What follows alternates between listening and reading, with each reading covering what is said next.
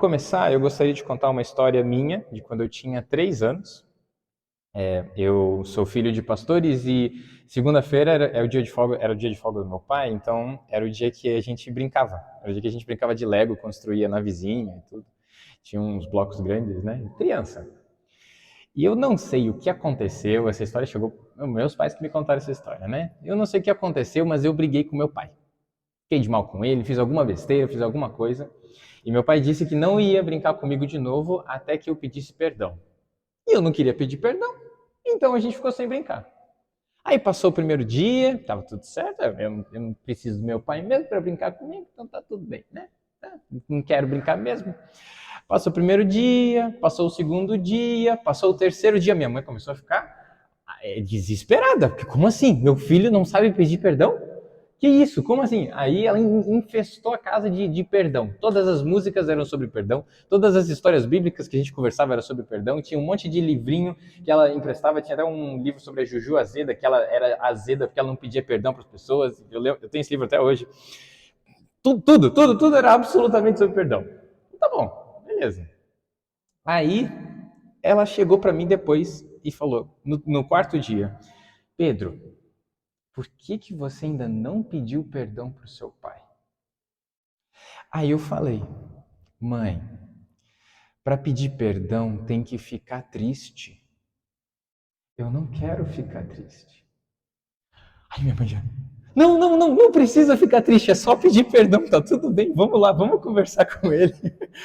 Aí então a gente pegou o telefone, ele estava trabalhando na igreja, aí eu liguei para ele, conversei, pai, desculpa, me perdoa, Aí ele, não, te perdoo, meu filho, tudo certo. Aí ele desligou o telefone e tal, saiu correndo da igreja e veio para casa e a gente brincou um pouco, pai e filho juntos de novo. Eu conto essa história porque muitas vezes a gente acha que o perdão precisa ser um sentimento. E a Bíblia nos ensina que, na verdade, ela é uma disposição do coração. Ela é uma decisão. O amor é uma decisão. O perdão é uma decisão.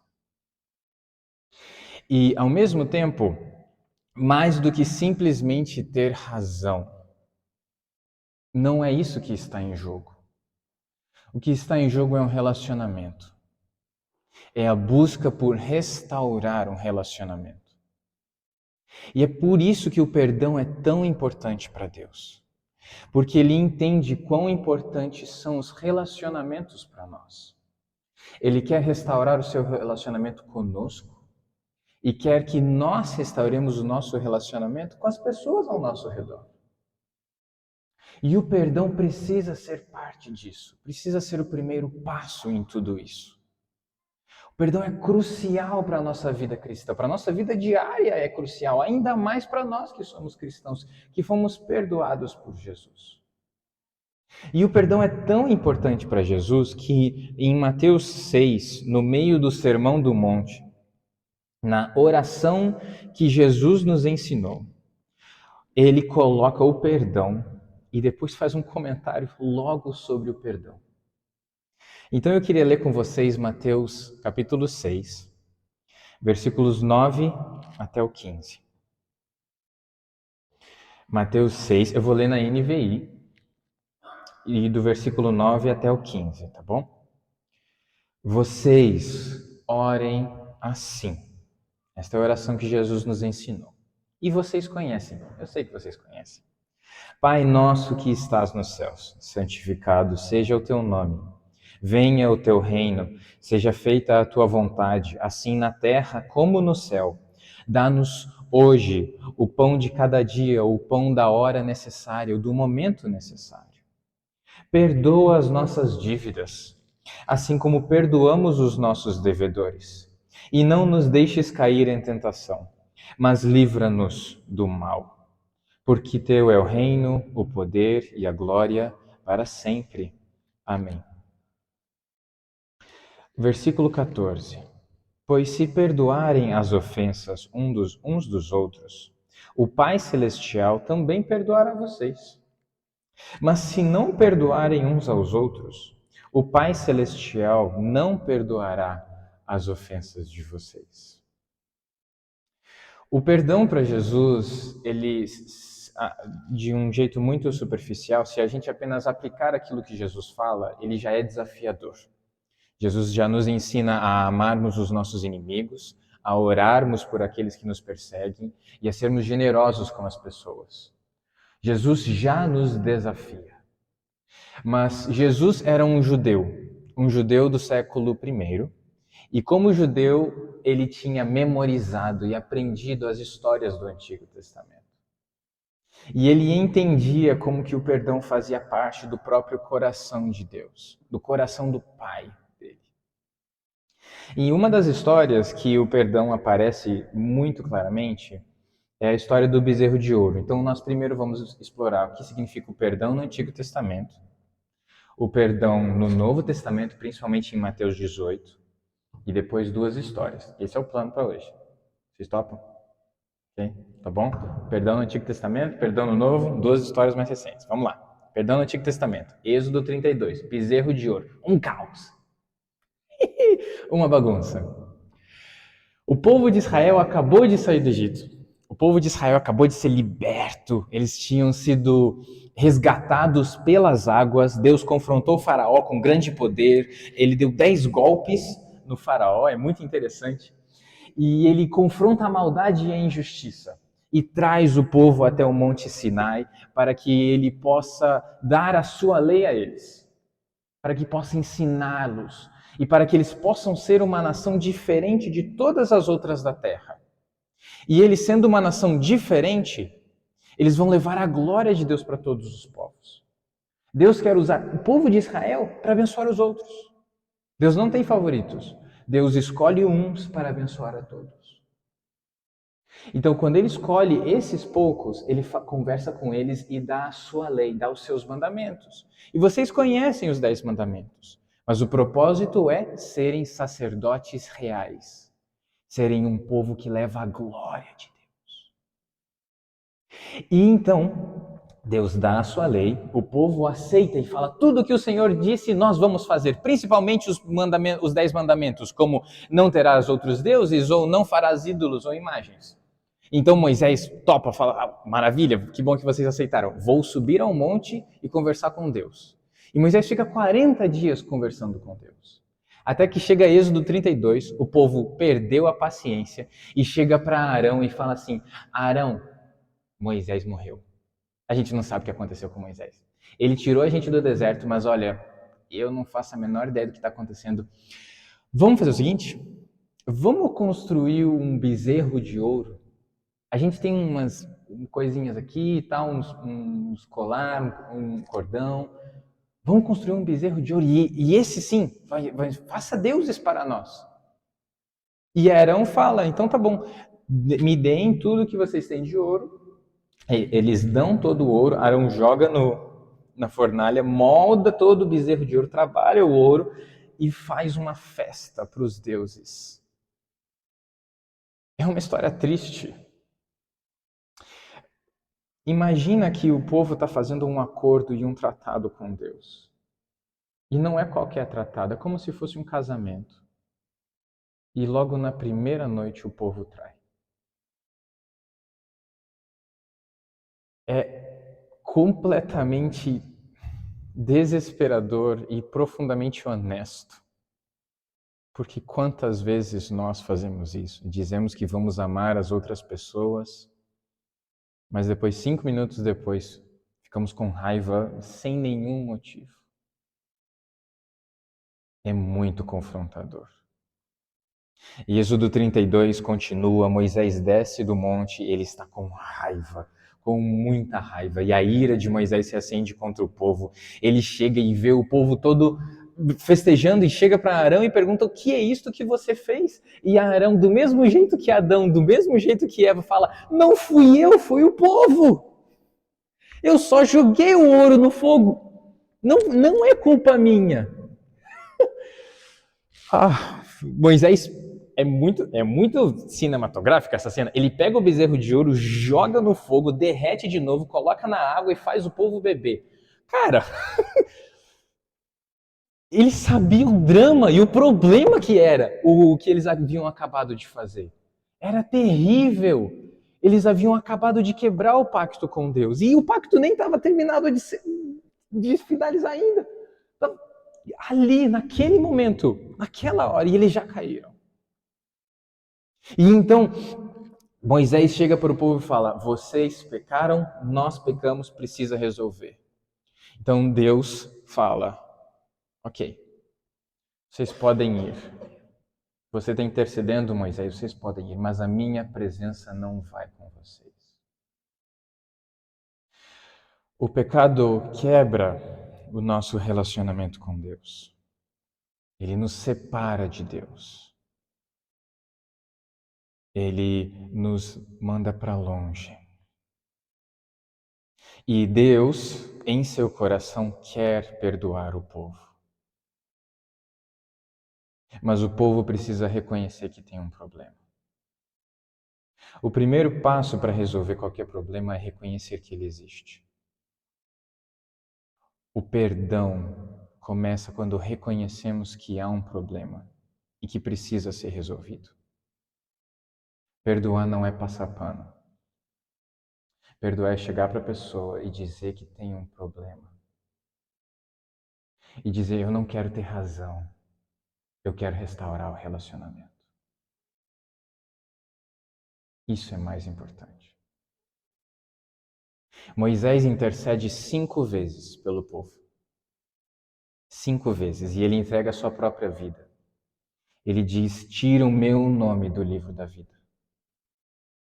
Mas perdoa o povo. E então Deus fala: isso não vai ser necessário, Moisés, muito obrigado. Mas eu vi o seu coração. Eu provei o seu coração aqui hoje. E você foi fiel. Então Moisés chega num dos textos mais lindos que tem, Êxodo 33 no final, e fala: Senhor, mostra-me a tua glória.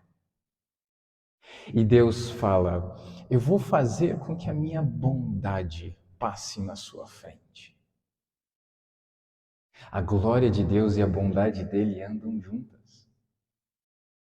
E então ele declara o seu nome, que é a sua glória, que é o seu caráter. O nome das pessoas no Antigo Testamento não é apenas a forma que a gente chama uns aos outros. Tem a ver com a personalidade e com o caráter de cada um. E então Deus vem e declara o seu nome para Moisés. E ele fala: Yahvé, Yahvé, Senhor, Senhor, compassivo e clemente, lento para a ira e grande em misericórdia e fidelidade, que perdoa a transgressão e a iniquidade até 1000 gerações. Mas ele não declara inocente o culpado. Ele visita as transgressões até a 3ª e 4ª geração. Deus sabe mostrar perdão e sabe permitir que as consequências das nossas besteiras nos alcancem para nos confrontar, para nos causar tristeza e nos levar de volta de joelhos diante dele, para nos levar para perto dele. Deus sabe muito bem como tratar com os nossos corações. Mas no coração dele está amar. Ele é lento e compassivo. Lento para ir. Ele não fica bravo por qualquer razão. Ele não guarda rancor. E esse evento foi tão importante na história do povo que depois eles entendem que é necessária uma série de ofertas, e isso está no livro de Levítico. São ofertas pelo perdão e são ofertas de gratidão, são ofertas que expressam relacionamento com Deus. E bem no meio de Levítico tem uma festa que Deus manda que eles organizem todo o 7º mês, no 10º dia. É o dia de Yom Kippur, o dia do perdão. Está bem no meio de Levítico. É o capítulo 16. E é um dia onde o sacerdote se apresenta diante da Arca da Aliança. É o único dia que ele pode entrar diante da Arca da Aliança. É o único momento que ele faz isso. E o sangue, ele coloca o sangue em cima da Arca da Aliança. Isso simboliza o perdão dos pecados. Pelos pecados que eles sabem que cometeram e pelos pecados que eles nem sequer sabem. Deus perdoa, Deus entende que ele precisa institucionalizar e oficializar, mostrar de uma vez por todas que o perdão é para eles. Então, por isso ele faz isso em Levítico 16, o dia do perdão. E então o povo segue adiante e continua. Mas no final de Levítico e no final de Deuteronômio, nós temos uma renovação do pacto. Deus fala com o povo de Israel, e no Sinai vocês viram e vocês aceitaram ser meus sacerdotes reais. Eu quero renovar isso com vocês. Vocês já me conhecem melhor agora. A gente já tem uns anos aí, uns 40 anos no deserto andando juntos. Vocês querem continuar andando comigo? E o povo diz sim, eu quero continuar. Eu quero continuar. Então Deus fala, se vocês me obedecerem, vocês colherão vida, vocês serão abençoados. Eu vou abençoar vocês. Vocês vão colher de onde nem sequer sabiam que tinham plantado. Vocês vão vencer os seus inimigos, vocês serão protegidos e os animais não vão acabar com vocês. Mas se vocês me desobedecerem, vocês vão ter fome. E se vocês ainda não voltarem para mim, os inimigos vão vencer vocês. E se vocês ainda não voltarem para mim, eu vou permitir que doenças ataquem vocês. E se vocês ainda não voltarem para mim, eu vou espalhar vocês pelas nações. E eu não quero isso. E é muito interessante porque mesmo que isso aconteça, os planos de Deus não são frustrados. O que está acontecendo em Levítico 26 e 27 e em Deuteronômio 28 e 29 são as bênçãos e maldições comuns nos acordos antigos de Israel, da Síria, da Babilônia. E Deus está fazendo uma série de avisos contra o povo. E o povo sabe que precisa obedecer. Então, o povo vai para a terra prometida, sabe que precisa obedecer e não obedece. Eles recebem Davi como rei e sabem que precisam obedecer e não obedecem. Eles têm Salomão como rei e constroem o templo, sabem que precisam obedecer e não obedecem.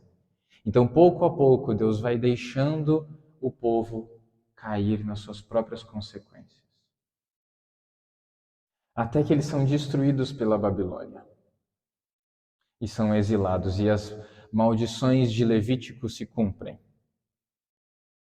Então, o que um judeu como Jesus, do século I, entendia era que Israel estava dominado pelos romanos por causa dos pecados que eles haviam cometido por gerações. O que é que pode libertá-los de novo? Eles precisam do perdão.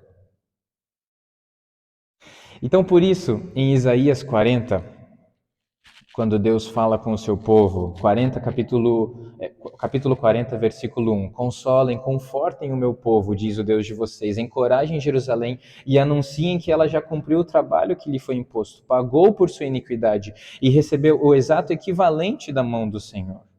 Em Ezequiel 36, do 22 ao 27, diz que Deus vai aspergir sangue no povo, porque Ele vai limpar o povo, vai te perdoar os seus pecados, limpar toda a sua maldade.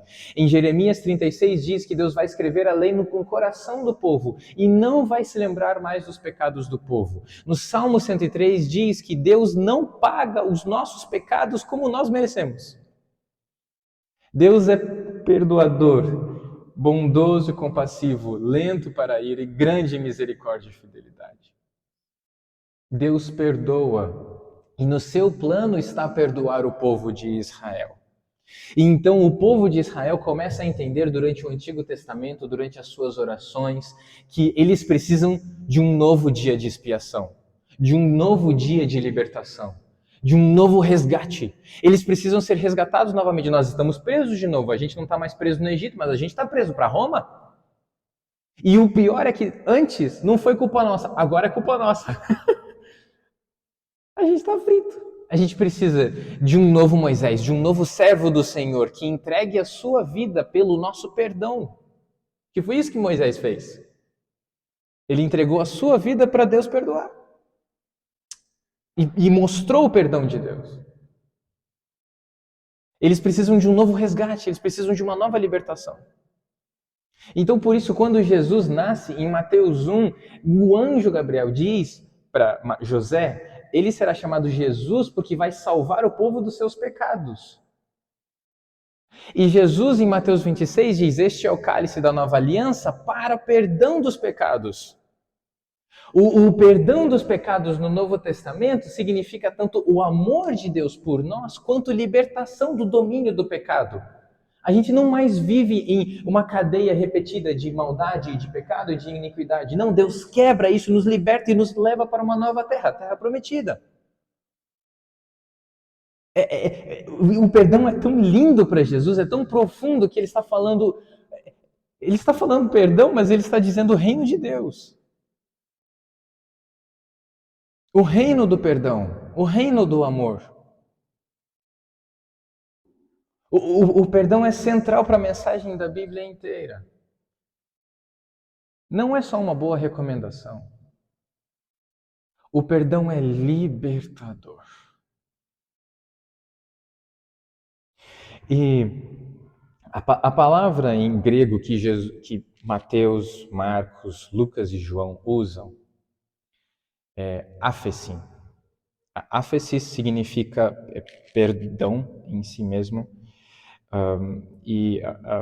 Eles usavam a palavra para poder perdoar uma dívida. Então, por isso, no Pai Nosso, perdoa as nossas dívidas, assim como nós perdoamos os nossos devedores. A palavra era usada em contextos econômicos. Uma pessoa deve um dinheiro e ela não deve mais, porque ela foi perdoada. Você deixa a pessoa ir. Literalmente é isso que a palavra significa. Deixei ir. Eu não segurei a pessoa. Ela não está mais presa. Deus não segura os nossos pecados contra nós. Deus não guarda as nossas transgressões contra nós. Ele tem a mão aberta e a mão generosa para a gente. Eu amo vocês. Eu perdoo vocês. 2 Coríntios 5:19. Deus estava em Cristo, reconciliando consigo mesmo o mundo, não levando em conta as nossas transgressões. E por isso ele nos encarregou o ministério de reconciliação. Ele não levou em conta. A cada chibatada, Jesus dizia, eu não levo em conta, eu perdoo. A cada esbofetada, eu não levo em conta, eu perdoo. A cada mentira, eu não levo em conta, eu perdoo. Cada vez que os ladrões diziam, você é Jesus, você é o Filho de Deus, salve-se a si mesmo. Eu não levo em conta, Pai, perdoa-os, eles não sabem o que fazem. Você é o Messias, desce daí, vamos ver se Elias vai salvar ele. Eu não levo em conta, Pai, eu os perdoo. Eu os amo. Quando nós gritávamos, César é nosso rei, Jesus dizia, eu os perdoo. O perdão é central e foi o perdão que Jesus veio demonstrar. E Jesus não precisava convencer o Pai de nada. Quem viu o Filho, viu o Pai. Jesus não convence o Pai de que precisa perdoar. Jesus vem e mostra que o Pai nos ama e está disposto a se reconciliar com a gente. E essa reconciliação ela é tão forte que em Lucas 6:37 Jesus diz, perdoem e vocês serão perdoados. Nós lemos em Mateus 6, se vocês perdoarem, os seus pecados serão perdoados. Em Efésios 4:32, Paulo fala, perdoem uns aos outros como vocês foram perdoados em Cristo. E em Colossenses 3:13, ele fala a mesma coisa, perdoem como vocês foram perdoados em Cristo. Porque em Cristo nós temos a redenção. E o que é a redenção, Paulo? É o perdão dos pecados, Colossenses 1:14. O que é a redenção? É o perdão dos pecados, Efésios 1:7. Ele fala duas vezes. É tão central o perdão para a mensagem do Evangelho que quando não perdoamos, a gente não entendeu a mensagem. A gente simplesmente ficou perdido no meio do caminho. E Jesus entendia isso. E Jesus é muito honesto, porque ele sabe que custa caro perdoar. Então ele chega para a gente e diz: perdoem assim como vocês foram perdoados. E vamos ser sábios na hora de perdoar. Vamos ser sábios na hora de tratar com as pessoas. Então eu queria pedir para os irmãos abrirem as Bíblias para a segunda parte, Mateus 18.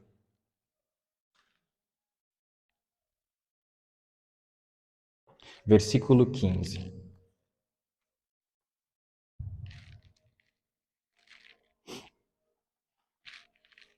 Mateus 18, versículo 15.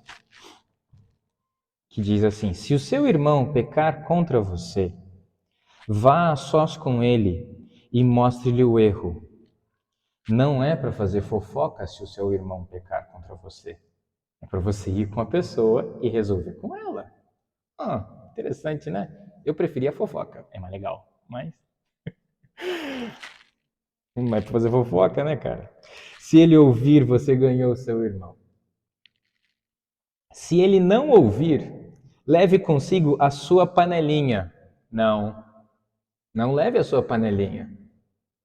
Leve um ou dois outros, de modo que qualquer acusação seja confirmada pelo depoimento de 2 ou 3 testemunhas. Não leve a sua panelinha, leve mediadores. Pessoas que vão olhar para a situação e não vão simplesmente concordar com você se alguém pecou contra você. Porque é muito legal quando a gente leva a nossa panelinha e a gente chega lá com um bonde para confrontar a pessoa. Cara, a gente encurralou o cara. Ele não se arrependeu. Como assim? Mas também, você só levou sua panelinha. Aí ó o problema.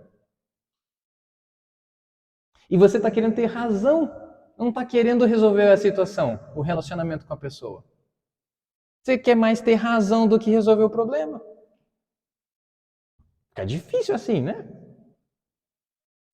E aí depois, se ele recusar a ouvi-los, conte à igreja.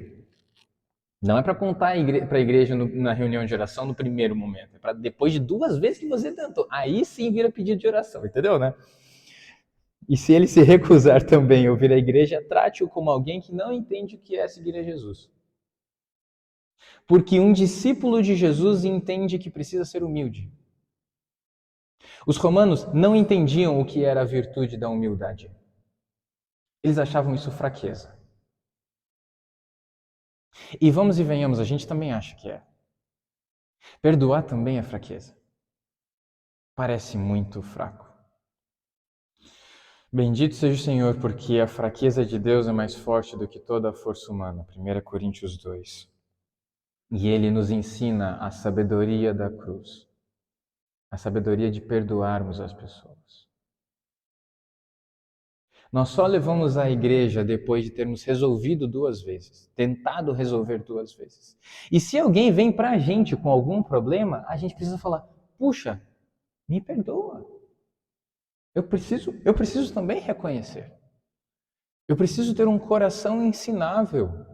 Eu preciso ser uma pessoa que, quando sou repreendido, eu vou ouvir. Eu não sou Jesus, eu não sou o Messias, eu não morri pelo mundo. Já está pago. Já está resolvido. O que eu preciso fazer é aplicar o perdão na minha vida e na vida dos outros. E então Jesus lança um dos textos que a gente ama falar nos cultos, nas reuniões de oração, mas que a gente não lê o contexto antes de perdão. Também digo que se 2 de vocês concordarem na terra em qualquer assunto sobre o qual pedirem, isso será feito a vocês por meu Pai que está nos céus. Pois onde se reúnem 2 ou 3 em meu nome e existe perdão, ali estou eu no meio deles. Onde 2 ou 3 estão reunidos e existe perdão. Porque o perdão é a base para a comunidade cristã. É a base para o nosso relacionamento com Deus. É a base para o nosso relacionamento uns com os outros. Paulo fala em Romanos 5, temos paz com Deus. Mas essa paz com Deus precisa significar paz uns com os outros também. Por isso que o Novo Testamento o tempo todo fala: perdoem assim como vocês foram perdoados. Amem assim como vocês foram amados. Porque o meu relacionamento com Deus muda do jeito que eu me relaciono com as pessoas do trabalho, da faculdade, da escola, com o meu vizinho que botou música às 2 horas da manhã e que me acordou. E eu tenho que acordar às 5 da manhã para pegar o ônibus. Cara, e eu vou perdoar? É, né? Vou, claro que eu vou. Eu quero resolver o problema. Eu não quero ter razão. Eu quero resolver e reconciliar. Não preciso ter razão. E aí, Pedro, nossa, os Pedros têm umas ideias, né? Vou te contar. Então Pedro se aproximou de Jesus e perguntou, versículo 21, Senhor, quantas vezes eu devo perdoar o meu irmão quando ele pecar contra mim? Até 7 vezes? Eu acho que eu estou exagerando, 7 já é muito, né, Jesus? E aí Jesus respondeu, não digo que 7, mas 70 vezes 7. Cara, e depois Jesus conta uma parábola. Por isso o reino dos céus é como um rei que desejava acertar as contas com seus servos. Quando começou o acerto, foi trazida à presença dele uma pessoa que devia uma enorme quantidade de prata. Imagina que ele estava devendo US$ 1 bilhão. 1 bilhão. Nem sei o que é isso, mas tudo bem, vamos lá, 1 bilhão. Como não tinha condições de pagar, o Senhor ordenou a ele, sua mulher, seus filhos e tudo que ele possuía fossem vendidos para pagar a dívida. O servo prostrou-se diante dele e lhe implorou: tem paciência comigo e eu te pagarei tudo. O senhor daquele servo teve compaixão, cancelou a dívida e o perdoou, o deixou ir. Mas quando o servo saiu, encontrou um dos seus conservos que lhe devia 100 denários. Só 100? Agarrou-lhe e começou a sufocá-lo, dizendo: paga o que você me deve. Então o seu conservo caiu de joelhos e implorou: tem paciência comigo e eu pagarei a você. Mas ele não quis. Antes saiu, mandou lançá-lo na prisão até que fosse pagar a dívida. Quando os outros servos, companheiros dele, viram o que havia acontecido, ficaram muito tristes e foram contar ao seu senhor tudo o que havia acontecido. Então o senhor chamou o servo e disse: servo mau, eu cancelei toda a sua dívida porque você me implorou. Mas você não devia ter tido misericórdia do seu conservo como eu tive de você? E irado, o Senhor entregou-o aos torturadores até que pagasse tudo o que devia. Assim também fará meu Pai Celestial a vocês, se cada um de vocês não perdoar. E aqui é a parte que dói, viu? Não é só da boca para fora. A cada um de vocês que não perdoar desde o coração ao seu irmão.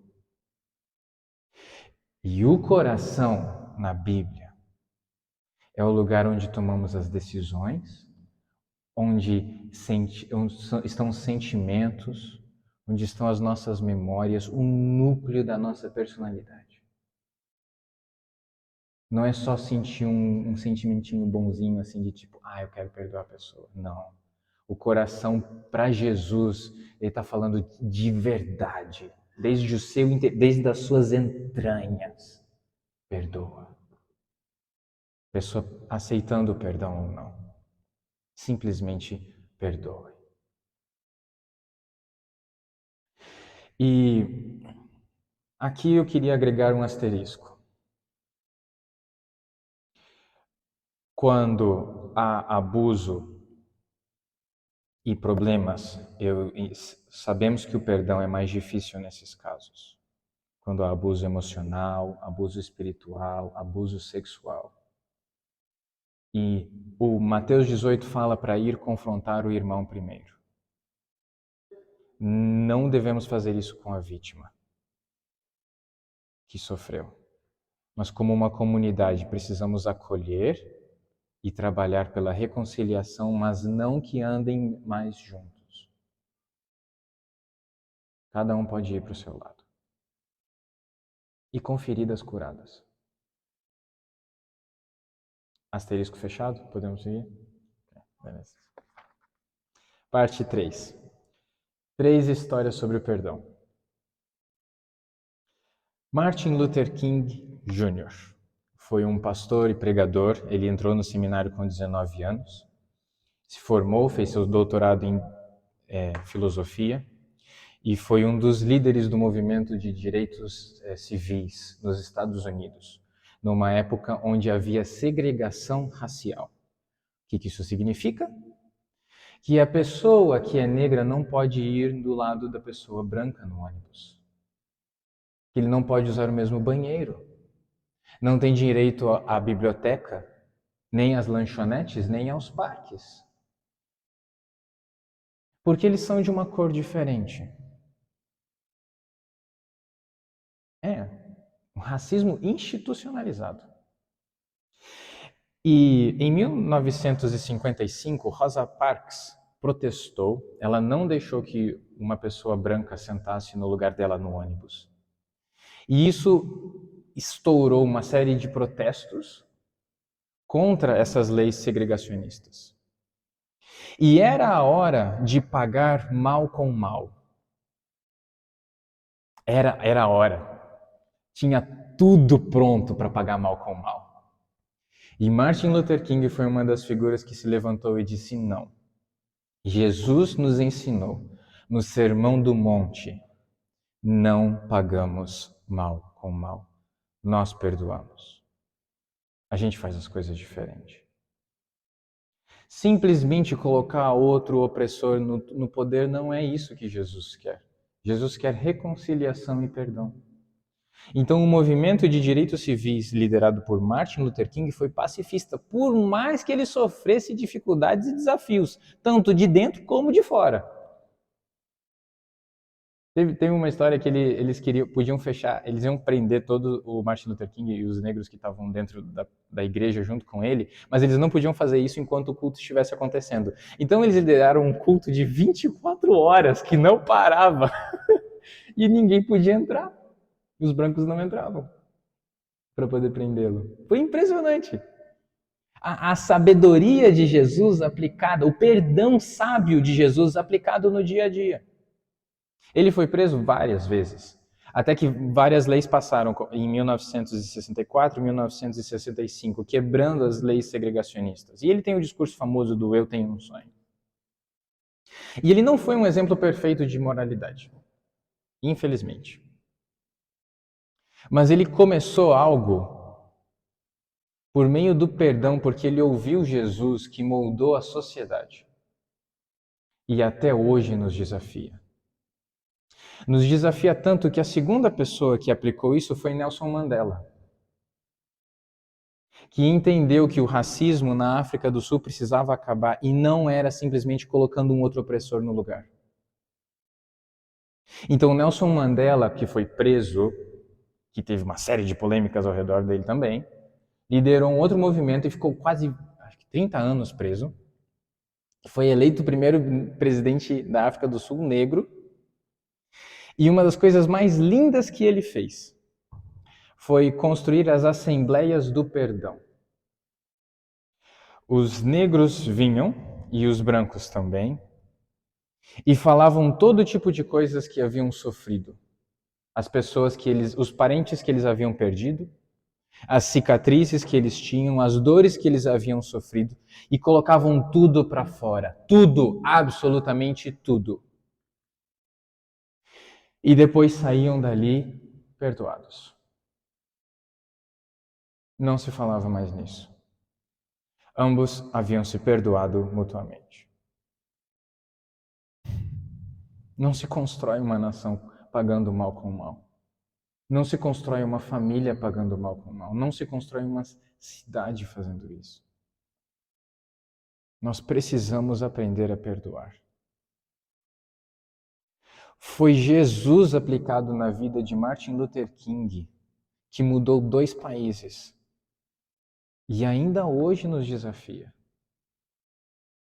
Ainda hoje nos confronta. Ainda hoje nos diz que eu não fui com a cara daquela pessoa, eu não estou nem aí, tem que perdoar.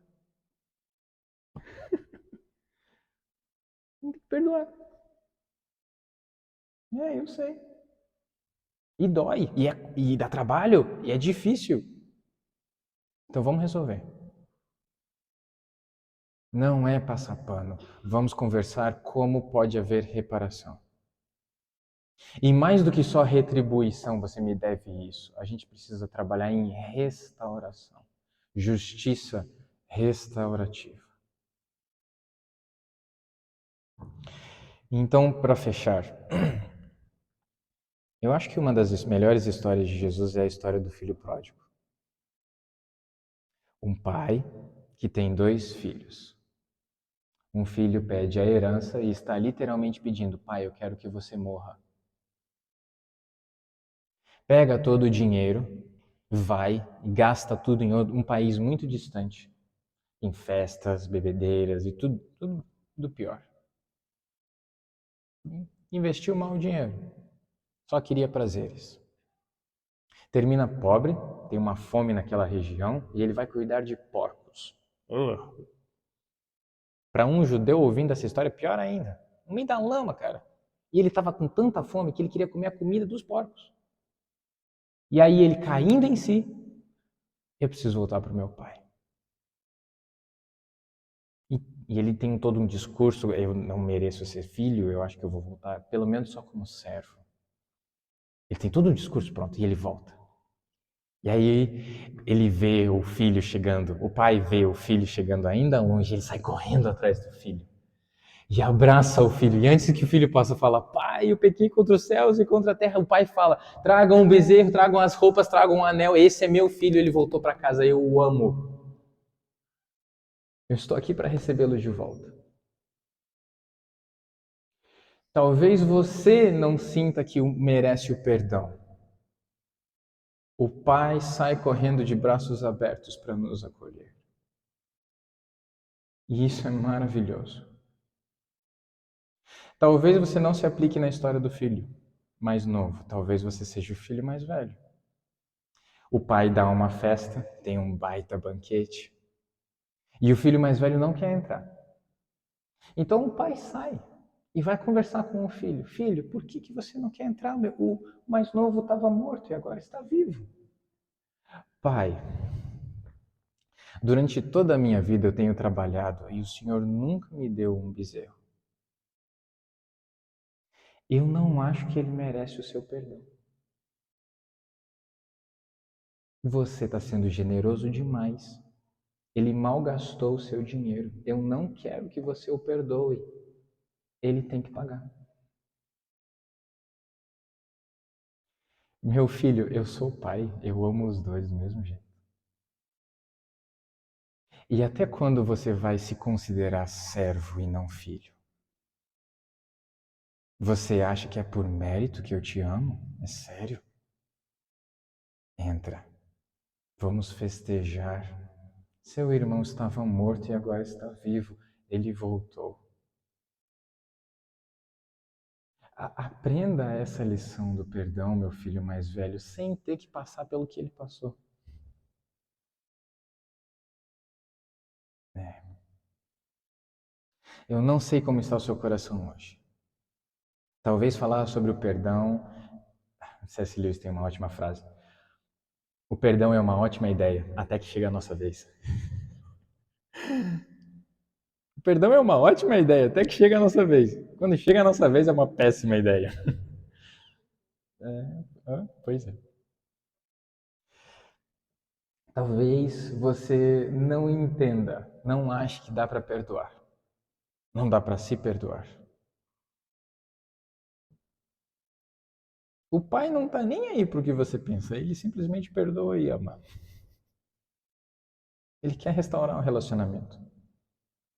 Ele sabe das besteiras que você fez e ele quer trabalhar junto contigo para restaurar. E o perdão dele restaura o seu relacionamento com os outros. Talvez você seja o filho mais velho. O filho que acha que eu não preciso do perdão, mas ele não merece. E aí é a hora da gente repensar como é que está o nosso entendimento do Evangelho. O entendimento da graça. Porque o nosso Deus ama, simplesmente ama. Ele nos perdoa e Ele perdoa os seus inimigos. Aprenda a adorar esse Deus. Aprenda a amar os seus inimigos. Vamos orar?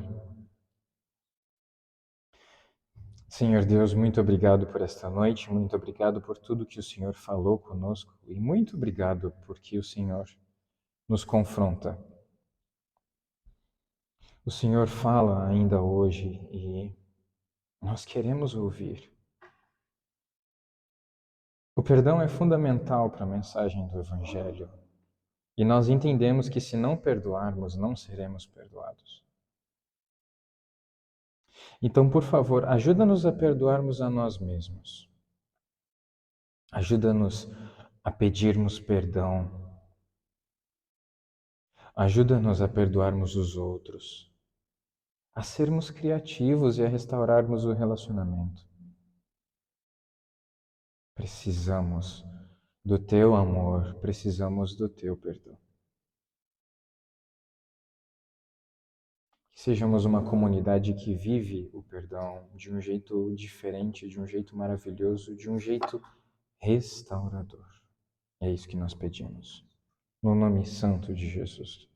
Amém.